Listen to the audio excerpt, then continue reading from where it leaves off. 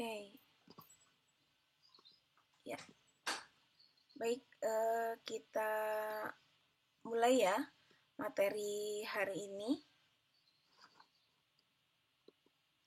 Nah, kita akan membahas tentang data processing, error, dan their control ya. Di sini kita akan sedikit mengupas tentang data processing itu bagaimana tahapannya, kemudian error yang mungkin terjadi dan bagaimana kita bisa mampu memberikan gambaran atau mendapatkan gambaran terkait dengan error ya. Dan di sini proses setelah kita capture-nya, data capture, maka kita akan melakukan post editing gitu ya. Kita lihat tahapannya seperti apa. Nah, untuk pengolahan data di sini merupakan seperangkat kegiatan yang bertujuan mengubah data survei dari keadaan mentah sebagai output dari pengumpulan data ke keadaan clean dan correct gitu ya, dan benar yang dapat digunakan dalam analisis, presentasi, dan diseminasi. Seperti halnya teman-teman ketika PKL kemarin, di situ kan kita habis dari lapangan punya sekumpulan data yang dikumpulkan dari berbagai kuesioner dan PCL gitu ya. Nah, karena kemarin kalian KEPI tentu proses editing coding entry ini tidak terlalu memakan banyak waktu gitu ya, karena sudah langsung menggunakan teknologi. Hanya tetap mungkin di sini proses editingnya ketika KEPI itu sebelum teman-teman kirim ke pengawas, tentu dicek kembali kan ya. Beruntung memang kemarin PKL-nya tidak ada data-data seperti modulnya Susenas gitu, sehingga tidak perlu ada oret-oretan dulu, bisa langsung terisi di dalam kuesioner. Jadi dengan kemajuan teknologi sebenarnya proses editing entry ini bisa dipersingkat ya, karena sudah sekalian pada saat pencacahan, tetapi dalam pencacahannya kita pun perlu hati-hati sehingga data yang didapatkan itu data yang keakuratannya sudah cukup baik gitu ya. Kemudian ketika dengan menggunakan teknologi itu agak sedikit lebih lebih dimudahkan dalam atau lebih ringan kepada petugas, dalam artian error pun itu akan lebih minimal karena biasanya rule validasi di dalam teknologi itu atau yang kemarin kalian pakai misalkan KEPI itu kan sudah dipertimbangkan dan didesain sedemikian rupa sehingga rule validasinya pun sudah terkoneksi di dalam paketan program kuesioner tersebut gitu ya, sehingga ketika ada salah biasanya langsung ada peringatan gitu ya kalau kemarin sudah disetting.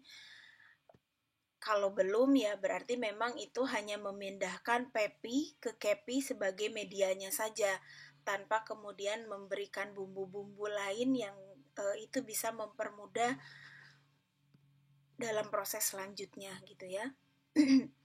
Oke, kemudian di sini tahapan kita masih berbicara pada penggunaan kuesioner dengan paper base ya, PEPI. Nah, kuesioner dikumpulkan di lapangan dan pembentukan satuan kerja. Di sini maksudnya pembentukan petugasnya.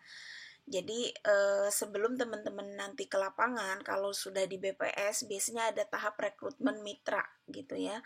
Mungkin dua teman yang di sini ada TB gitu ya, sudah pernah mengalami hal tersebut.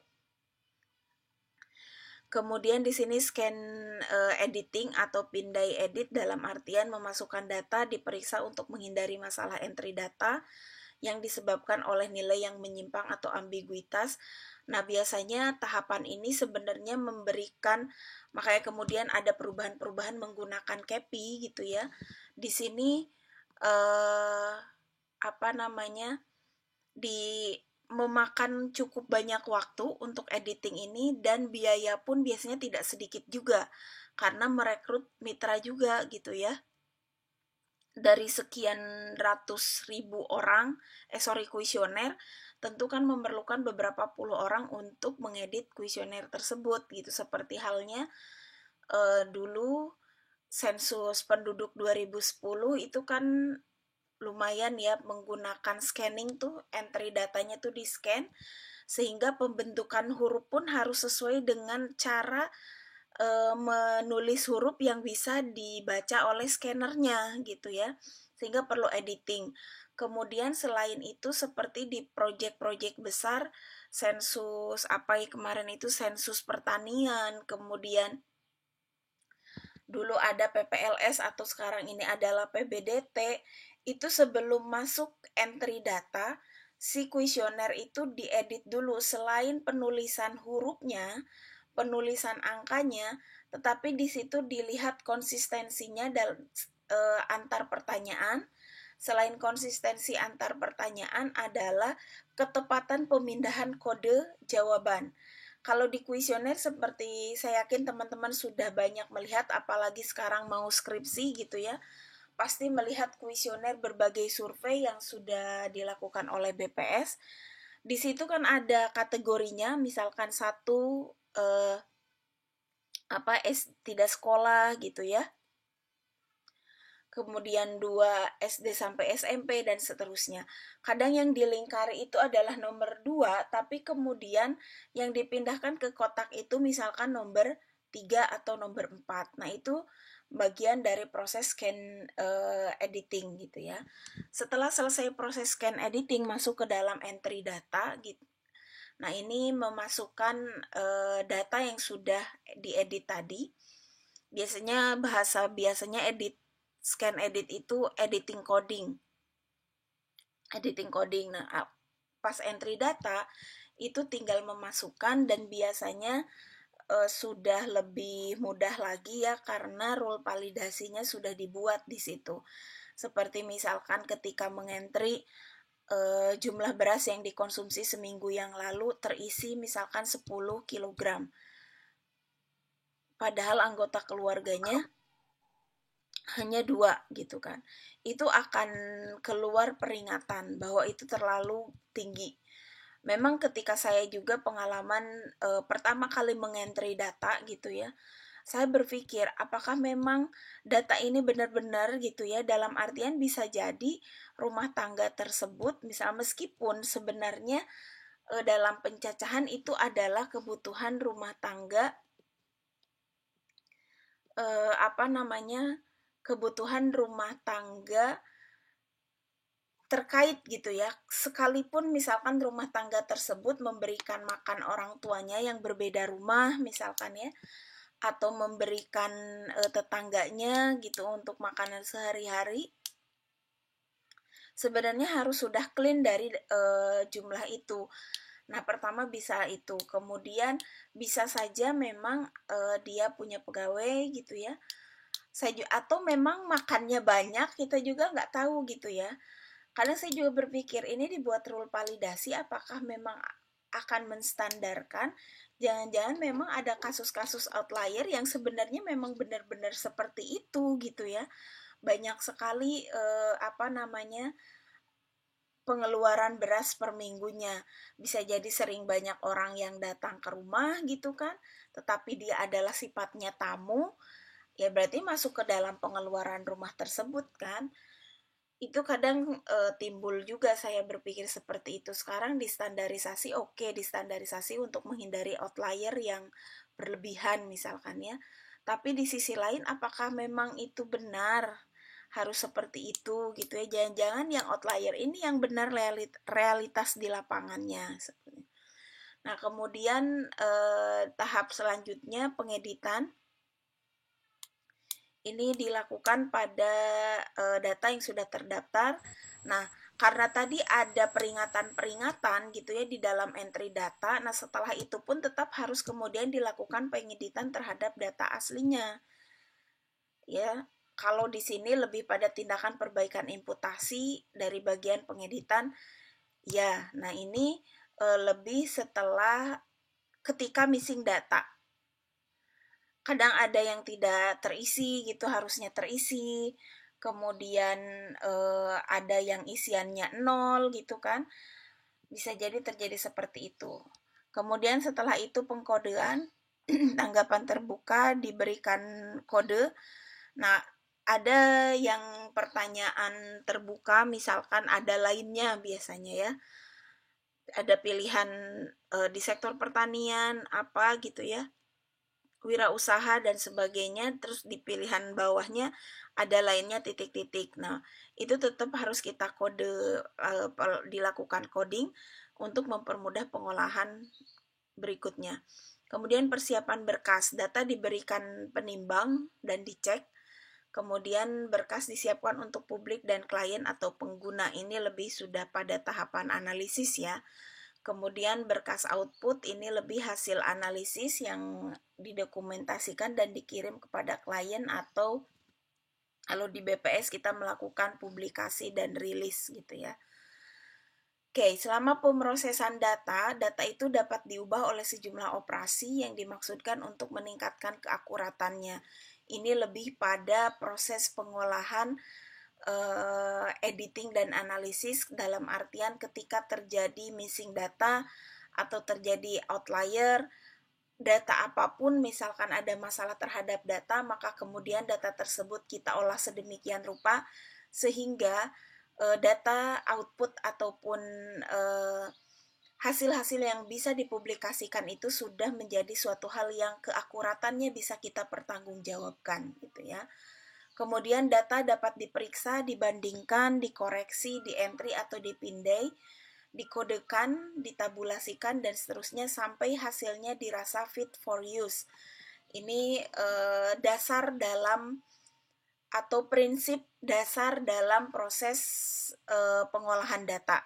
Dalam artian hal-hal atau tindakan-tindakan yang dilakukan dalam processing data itu dari mulai pemeriksaan hingga kita mampu menghasilkan output gitu ya. Sehingga data itu bisa kita gunakan, bisa dengan layak atau sudah tepat, bisa kita gunakan baik untuk analisis lebih lanjut ataupun publikasi data secara agregatif gitu ya. Nah, kemudian dalam prakteknya atau dalam operasinya, processing data ini bisa cukup mahal gitu ya, memerlukan waktu yang lumayan lama dan tentu biaya yang cukup tinggi juga gitu ya. Terutama tadi dari beberapa survei, proses editing ini kalau nggak salah sampai 20 hingga 40%. Jadi biaya ataupun cost untuk suatu survei ini minimalnya 20 sampai 40% itu terserap untuk data processing ya. Kemudian time consuming di sini maksudnya perlu waktu. Teman-teman kita kan data di BPS itu tidak jadi current data dalam artian data saat ini gitu ya. Hasil sensus penduduk 2020 ini mungkin baru bisa kita nikmati 2021, itu pun biasanya tengah menuju akhir dan beberapa variabel utama saja belum komplit biasanya ya. Jangan yang seperti itu, seperti Susenas dilakukan kapan pencacahannya, publikasi hasilnya kapan gitu kan, itu ada lag time-nya.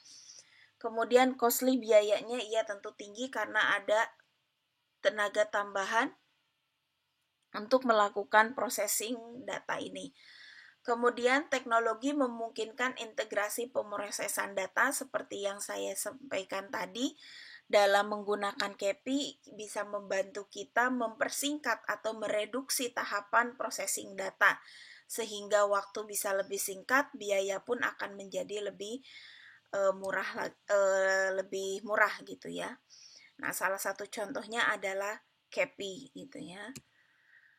Nah, kemudian di sini operasi pengolahan data cukup rawan terhadap human error bila dilakukan secara manual. Ya, seperti tadi kalau dari editing dan coding itu dilakukan secara manual tanpa KEPI, berarti ada proses error selain dari error yang ditimbulkan oleh pewawancara atau proses apapun ketika pengambilan data. Nah, ditambah dalam pengolahan itu ada tahap editing, kemudian ada tahap coding, ada tahap entry datanya. Ini kan ada beberapa tahapan untuk processing data, pra-processing, sehingga akan memperbanyak lagi potensi-potensi human error-nya gitu ya. Lain dengan CAPI berarti kan tahapan ini sudah hilang. Dan kemungkinan pelaku errornya pun jadi cuma satu gitu ya. Nggak akan terlalu banyak karena pemahaman sudah cukup komprehensif dimiliki oleh seorang petugas. Lain dengan yang tadi secara manual. Nah, dengan mengurangi ketergantungan pada tenaga kerja manual, otomatisasi dapat mengurangi jenis error gitu ya. Kemudian literatur tentang error dalam pengolahan data dan pengendaliannya relatif sedikit dibandingkan dengan error pengukuran dan non-respon. Jadi untuk pengolahan ini kadang orang tuh abai gitu dengan proses editing atau processing data ini mampu menghasilkan error. Ini kadang kemudian abai dianggap tidak ada, padahal sebenarnya ini sangat signifikan juga errornya gitu ya. Tapi alhamdulillah sekarang kan sudah ketemu metode-metode lain yang lebih lebih modern, lebih bisa mengakomodir dan meminimalisir terjadinya error. Nah, ini operasi pengolahan data secara tradisional menyumbang sebagian besar dari total anggaran survei yang sudah saya sampaikan tadi. Kemudian dalam processing atau pengolahan data seperti coding ini bisa sangat rawan terhadap error terutama dalam pengkodean. Kadang berarti si petugas coding harus mampu menyerap materi tentang konsep definisinya. Kemudian selain konsep definisinya adalah kode-kodenya harus dibagaimanakan masuk ke kelompok yang mana sehingga itu tidak salah lagi gitu ya. Oke. Kemudian meskipun tingkat kesalahan dalam coding atau ketidaksetujuan coding ini dapat mencapai 20% untuk beberapa variabel, terutama jika coder yang melakukan coding tidak terlatih dengan baik. Nih, ini sebenarnya lumayan tinggi ya, hampir 20% hasil dari beberapa kajian itu. Untuk lengkap ceritanya, silakan teman-teman bisa baca di buku Beamer. Makanya kenapa ini penting gitu ya, pelatihan, karena selain untuk petugas lapangan, coding pun tetap harus dilakukan pelatihan. Tetapi biasanya pelatihan untuk tim coder atau petugas coding itu tidak sedetail untuk petugas lapangan. Itu dulu ya, nggak tahu sekarang karena saya sudah jarang ikut lagi proses itu ya. Hanya dulu ketika dialami, nanti mungkin teman-teman bisa sharing yang sudah yang di BPS akhir-akhir ini. Tapi untuk beberapa survei yang sudah komputer ya tahapan coding ini kan sudah tidak ada gitu. Hanya dulu itu tidak dilakukan pelatihan yang sekomprehensif, sedetail petugas lapangan gitu. Kalau petugas lapangan bisa 3 hari gitu ya pelatihan. Kalau untuk petugas coding itu paling cuma sehari, itu pun ya hanya setengah hari, nggak full day gitu ya. Kemudian meskipun memiliki potensi yang mempengaruhi hasil survei, namun error dalam pengolahan data dianggap relatif tidak menarik oleh peneliti survei gitu ya. Padahal ini lumayan juga sumbangsihnya gitu ya terhadap error. Nah, ini pengolahan data pada dasarnya merupakan sumber error yang terabaikan dalam penelitian survei gitu ya. Namun kemudian coder, kemudian keyers, editor, dan operator lainnya memberikan kontribusi error yang berkorelasi atau berpengaruh terhadap besar kecilnya MSE gitu ya. Serupa dengan kontribusi yang disebabkan oleh pewawancara gitu. Meningkatnya penggunaan teknologi mampu menghilangkan atau meminimalisir error yang berkaitan dengan teknologi yang digunakan namun dapat menghasilkan error baru. Tetap ada error gitu ya dari menggunakan kecanggihan teknologi, tapi mungkin tidak sebesar dengan kesalahan manual. Kalau manual tadi kan sebelum processing atau pengolahan data sudah ada 3 tahapan gitu dan dilakukan oleh orang atau petugas yang berbeda, sehingga kemungkinan terjadinya error itu semakin besar. Kalau dengan menggunakan bantuan teknologi, sekalipun error itu ada, tetapi kan dia bisa lebih minimal dan si petugas pun sudah mendapatkan pelatihan yang cukup komprehensif baik terkait konsep definisi ataupun sampai dengan pemberian kode dan editing terhadap file yang diisi oleh petugas tersebut. Nah, kemudian apa sih itu data capture gitu ya? Ini adalah merupakan tahapan survei di mana informasi yang dicatat pada formulir atau isian kuesioner diubah menjadi format yang dapat dibaca oleh komputer gitu ya. Nah, di sini informasi yang dapat di capture biasanya keying, kemudian character recognition. Jadi ini tuh tipe-tipe data ya atau model-model data yang bisa kemudian langsung diubah atau bisa langsung dibaca oleh komputer gitu ya. Kemudian data keying ini dapat dihindari untuk metode pengumpulan data yang dibantu pewawancara dengan menggunakan CATI, CAPI, dan teknologi CIE lainnya gitu ya. Untuk yang si keyingnya ini, keying ini semacam pengkodean ya.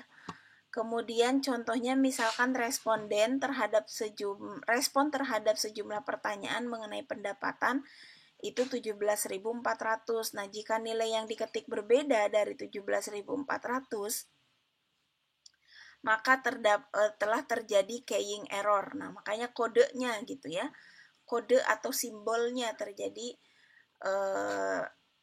kesalahan. Bisa saja 3 entry yang menjadi contoh keying errornya jadi 17.740 atau jadi 17.500 dan seterusnya. Mana yang paling bahaya di antara kesalahan ini? Ya tidak semuanya mempunyai ini ya yang paling bahaya itu adalah ketika 1740 karena ini ini banget ya, di bawah banget. Kalau ini mirip-mirip gitu meskipun akhirnya jadi ke atas gitu tapi tidak terlalu jauh. Yang akan menjadi lebih parah ketika terketiknya hanya 1740. Nah, ini yang paling penting di sini ada independent rekey verification. Jadi untuk menghindari keying error, kita bisa menggunakan verifikator gitu ya untuk melakukan kontrol ataupun perbaikan terhadap serta verifikasi terhadap data yang sudah kita dapatkan di lapangan. Kemudian di sini beberapa poin yang diperhatikan ketika kita berusaha untuk menekan ataupun meminimalkan error rate dari berbagai macam proses keying ini atau pengkodean gitu ya. Pengalaman si keyersnya, variasi tingkat error antar keyers. Jadi kalau pengalaman keyer, makanya kalau mitra BPS itu biasanya ada syarat minimal udah pengalaman di survei apa gitu ya kalau dalam sensus atau kegiatan yang besar. Kemudian variasi tingkat error antar keyer kita kendalikan biasanya ada syarat tingkat pendidikan terakhir, kemudian dilakukan pelatihan. Tingkat pergantian keyer. Nah, di sini seberapa banyak petugasnya nanti sehingga tidak terlalu sering terjadi rolling gitu ya. Kemudian jumlah dan jenis kontrol kualitas yang digunakan untuk proses keying, ini saya rasa jelas. Keterbacaan data yang harus di key atau di kode dengan baik gitu ya. kemudahan mengidentifikasi apa yang harus di key, dikode dan dikunci gitu ya. Jumlah dan kualitas proses scan editing diperlukan untuk mempersiapkan form untuk keying. Oke, kemudian ini beberapa formula atau perhitungan untuk menghitung rate dari atau rata-rata keying error gitu ya. Di sini ini persamaannya.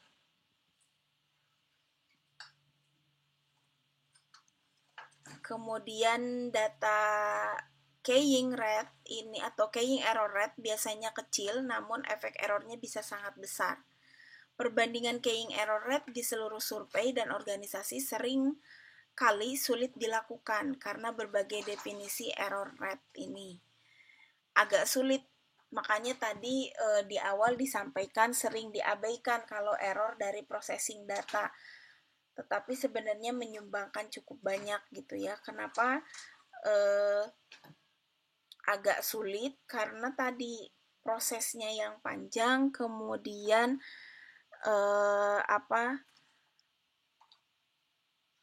jenis tahapan dari mulai editing, coding, kemudian entry itu kan sangat singkat gitu ya.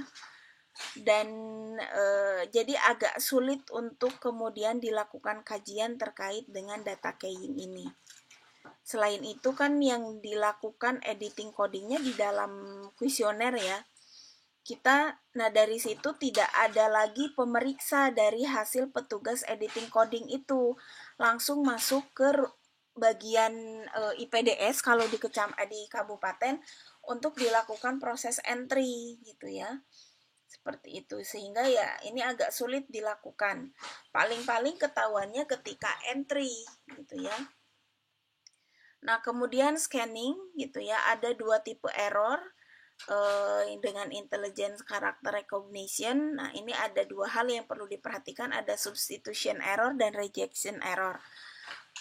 Substitution error ini terjadi ketika perangkat lunak ICR salah menafsirkan suatu karakter. Maka ini harus benar-benar teliti gitu ya. Substitution error rate are usually small. Memang kecil sekali tapi ininya errornya. Tapi bukan kemudian diabaikan. Namun rare ini tidak boleh digeneralisasi untuk software lain karena keakuratan ICR bergantung pada aplikasinya. Jadi tidak bisa digeneralisir. Kemudian rejection error terjadi ketika perangkat lunak ICR tidak mendapatkan atau tidak dapat menafsirkan suatu karakter sehingga menolaknya ya. Ini sama halnya seperti teman-teman kalau dulu tuh ada tuh di kabupaten nge-scan gitu ya, nge-scan peta. Kalau posisinya tidak tepat atau kemudian petanya itu kurang jelas, maka dia itu tidak mau jalan, tidak akan merekam apa yang kita scan, sehingga ya harus diperbaiki petanya untuk kemudian bisa ditafsirkan oleh scanner.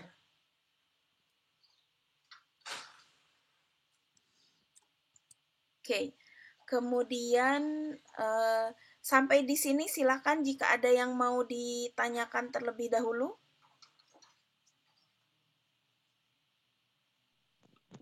Bu izin bertanya. Iya, silakan. Bu masih kurang paham sama 3 jenis formula keying error rate. Ya, ini tuh saya coba mundur ya.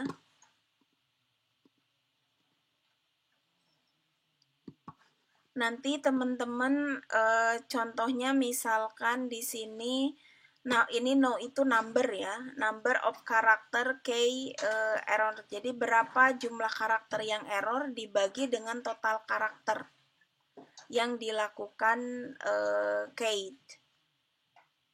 Jadi nanti ada kesalahan ininya, karakter penulisan karakternya itu berapa dibagi dengan total karakter. Ya. Bu, apa ini per responden? Ya kadang dihitung per responden dulu baru nanti ditotalkan. Kalau yang atas ini with at least one karakter. Ini lebih pada number of field itu apa ya? Nilainya, lebih pada isiannya, cara pengisian kuesioner, apakah sudah betul atau enggak gitu ya. Kemudian yang bawah number of record with at least one keying error. Yang bawah itu record, tapi di sini recordnya ketika kita key rate-nya yang itu apa namanya?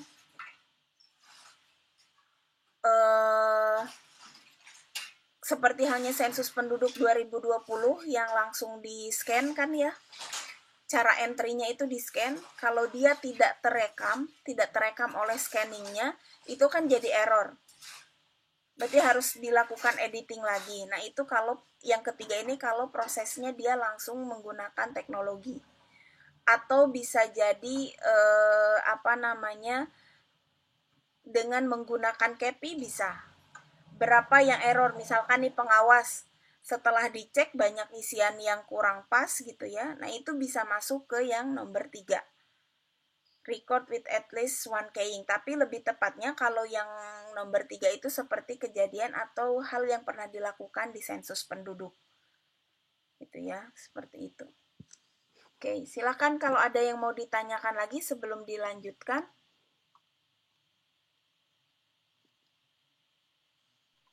Bu, Saya berharap semua bisa fokus, tidak ada yang mempunyai forum sendiri ya. Karena dilihat ada yang ketawa-ketawa gitu ya, entah mungkin sambil private chat atau gimana, saya juga nggak tahu, atau sambil WA-an atau sambil baca yang lain. Coba di fokus dulu ya. Oke, ada lagi yang mau bertanya? Jika tidak ada, saya akan lanjutkan terlebih dahulu.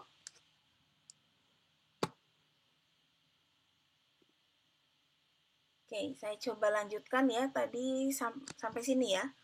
Nah, setelah tadi ada processing data, nah di sini ada post data capture editing. Jadi tadi kita sudah mengcapture. Kemudian di sini pengeditan adalah prosedur yang dirancang dan digunakan untuk mendeteksi data survei yang salah dan atau diragukan dengan tujuan untuk mengoreksi baik secara manual ataupun elektronik. Sebanyak data yang salah biasanya dilakukan sebelum prosedur imputasi dan meringkas data. Jadi sebelum melakukan imputasi dan proses mungkin meringkas data ini adalah lebih pada tabulasi untuk deskriptif ya, analisis deskriptif. Tetap kemudian dilakukan lagi editing dan dilakukan lagi pemeriksaan supaya semua dipastikan data itu terisi. Tapi ya balik lagi dalam proses editing ataupun processing data yang hari ini sudah banyak menggunakan teknologi, ini semua sudah tercover dalam sistem program gitu ya.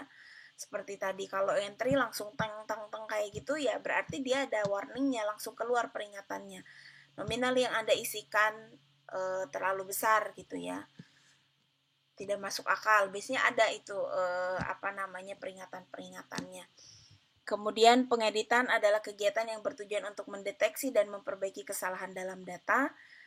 Nah, dalam pengeditan ini kita mengidentifikasi dan jika perlu koreksi kesalahan dan outlier pada data individual yang digunakan untuk memproduksi statistik.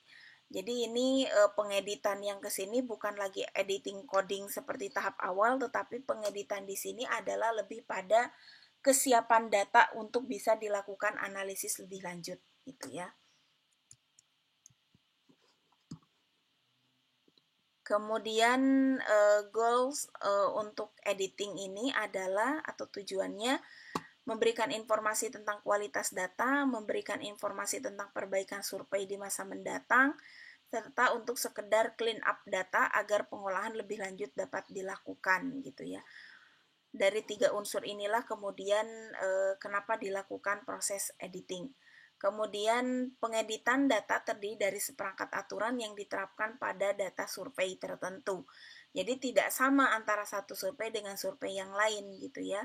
Sehingga selalu terus dilakukan pelatihan untuk petugas-petugas yang terkait, maka kemudian anggaran itu pun akhirnya bisa lebih besar gitu ya. Nah, contoh pengeditan deterministik atau jika dilanggar menunjukkan kesalahan yang pasti. Misalkan nilai harus selalu muncul pada posisi tertentu dari file gitu ya. Di sini maksudnya harus selalu muncul pada posisi tertentu dari file itu lebih pada penempatan kode-kode terhadap kategori dalam kuesioner ya. Kemudian beberapa nilai variabel tidak diperbolehkan. Maksud di sini beberapa nilai variabel tidak diperbolehkan lebih pada kalau keterkaitan antar pertanyaan itu jadi lebih pada konsistensi ya, konsistensi. Kalau memang harusnya misalkan nomor 5 karena pertanyaan nomor 6 tidak, ya nomor 5 tidak diisi ya jangan diisi, jangan sampai itu terisi gitu. Sama halnya ketika ujian kalian disuruh pilih 5 dari 7 pertanyaan misalkan gitu ya. Akhirnya dijawab semuanya. Itu sebenarnya kan udah error gitu ya kalau di dalam survei gitu kan. Karena tidak memperhatikan perintahnya gitu ya. Kemudian beberapa kombinasi nilai tidak diperbolehkan. Ini kombinasi nilai maksudnya di sini adalah teman-teman seperti ini untuk proses editing ya, pasca editingnya maksudnya editing setelah di entry ya. Ketika suka ada penggabungan kode ya, misalkan kalau kita memilihnya ada 2 pilihan yang terpilih dari jawaban, akhirnya 2 dan 3 jadi 5, jawabannya tertulis 5. Nah, di dalam pengeditan deterministik teman-teman tidak bisa memberikan kode-kode seperti itu gitu ya, supaya errornya tidak semakin besar, karena kalau ada penggabungan kombinasi nilai itu akhirnya kita jadi bingung. Makanya jarang kan di kuesioner BPS yang kemudian kodenya kalau pilihannya adalah 2 dan 3, maka kemudian bisa memilih jawaban lebih dari 1, itu jarang di BPS gitu ya. Kemudian nilai jumlah harus sama dengan jumlah komponennya. Ini ketika teman-teman misalkan jawaban pilihan kodenya itu adalah 1 dan 2 atau misalkan hanya dummy variabel, maka ketika dijumlahkan itu komponennya harus sesuai gitu ya, dengan jumlahnya itu harus sesuai dengan komponennya. Kemudian nilai tertentu hanya diperbolehkan jika disertakan dalam interval yang telah ditentukan. Tentu intinya dalam pengeditan ini kita tetap memperhatikan prinsip-prinsip atau aturan yang sudah disepakati atau distandarisasi dalam proses editing.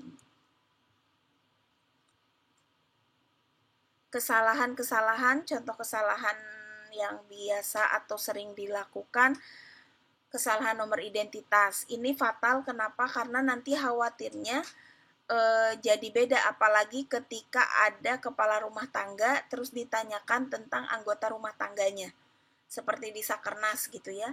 Kalau kesalahan identifikasi ini, nomor identifikasi ini salah, maka jangan-jangan saya yang harusnya masuk di kode rumah tangga 714, saya jadi karena salah nulis, jadi masuk di kode 75 misalkan atau 76. Kemudian terjadi item non-respon pada variabel kunci. Ada pertanyaan yang harus wajib dijawab ternyata tidak terjawab. Atau sebenarnya dijawab tapi yang entry tidak betul gitu ya. Yaitu pun akan menjadi fatal. Bisa jadi pertanyaan yang terlewat cacah ini bukan pertanyaan yang ada kaitannya dengan pertanyaan berikutnya gitu ya. Atau memang softwarenya tidak dibangun ketika semua isian sudah oke gitu ya, baru dia bisa tutup gitu. Kayak Google Form, kalau misalkan kita belum mengisi nomor 5 dan merasa sudah selesai terus nggak bisa diupload gitu ya, sehingga itu bisa menghindari item non-respon. Kemudian nilai tidak valid pada item kunci, misalkan nilai di luar rentang usia gitu ya. Nilai yang tidak konsisten, hubungan pasti antar variabel tidak terpengaruh, kemudian nilai yang ekstrim atau tidak masuk akal. Yang poin terakhir itu bakal outlier gitu ya. Nah, setelah proses keying ini ada query edit. Jadi keharusan mengidentifikasi nilai yang mencurigakan. Nilai mencurigakan adalah nilai yang mungkin salah, namun penentuan itu tidak dapat dilakukan tanpa penyelidikan lebih lanjut. Nah, query edit ini diupayakan hanya jika kesalahan memiliki potensi untuk mempengaruhi estimasi survei secara signifikan, gitu ya. Nah, di sini sempat ya, kalau dulu belum terstruktur, saya melakukannya biasanya query edit ini meskipun di kuesioner itu tidak ada diminta nomor telepon, tapi saya biasanya meminta nomor telepon tujuannya untuk ketika saya pada tahap query edit ada yang kurang paham, maka semua itu bisa ditindak lanjut dari jarak jauh tanpa harus membuang waktu tenaga lagi ke lapangan gitu ya, harus ke lapangan gitu. Tapi memperbaikinya pun ini tidak dengan sendirinya, harus didasarkan informasi tadi, kita hubungi kembali gitu ya. Setiap edit query harus diselidiki secara lebih mendalam gitu ya, meskipun kemudian akhirnya kembali lagi pada waktu dan biaya yang mahal. Aturan untuk pengeditan query harus dirancang sedemikian rupa sehingga hanya kesalahan yang memiliki probabilitas substansial yang mempengaruhi estimasi yang harus diidentifikasi dan diupayakan. Nah, di dalam query edit ini menggunakan stokastik gitu ya, tidak ada kepastian apakah kesalahan yang diidentifikasi merupakan kesalahan aktual dalam data atau bukan. Tapi tetap kita berusaha meminimalisir terjadinya error dari data yang kita kumpulkan. Nah, ini ada micro editing dan macro editing. Micro editing dilakukan pada raw data atau kuesioner. Nah, macro editing pengeditan dilakukan pada data gabungan atau pemeriksaan lainnya yang diterapkan ke seluruh kumpulan catatan gitu ya. Nah, selama ini kalau yang menggunakan mitra baru pada tahapan micro editing. Kalau macro editing biasanya ini langsung di pusat malah ya.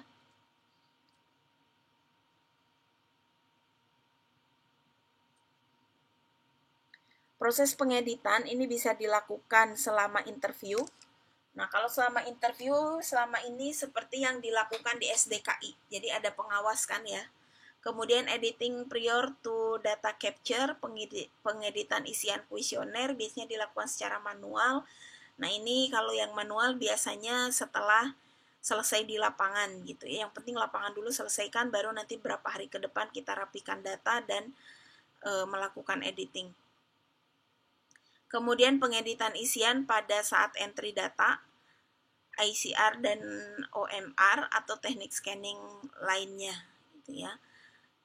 Yang keempat, editing after capture data, mengedit secara mikro dan makro, kemudian melakukan imputasi.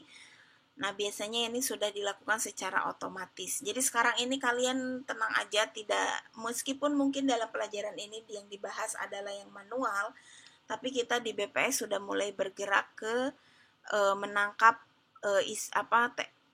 teknologi yang digunakan untuk menangkap isu-isu yang disrupsi ya di era disrupsi hari ini. Output editing, ini pengeditan final gitu ya. Kemudian ini tadi sudah terkait dengan editing. Nah, pelajaran inti atau kunci dari penelitian kontemporer tentang pengeditan ini adalah tidak semua kesalahan dalam data harus diperbaiki, namun pengeditan harus dilakukan secara selektif. Ya, di sini selektif itu lebih pada penyesuaian untuk pembetulan datanya ya. Nah, ini general key process.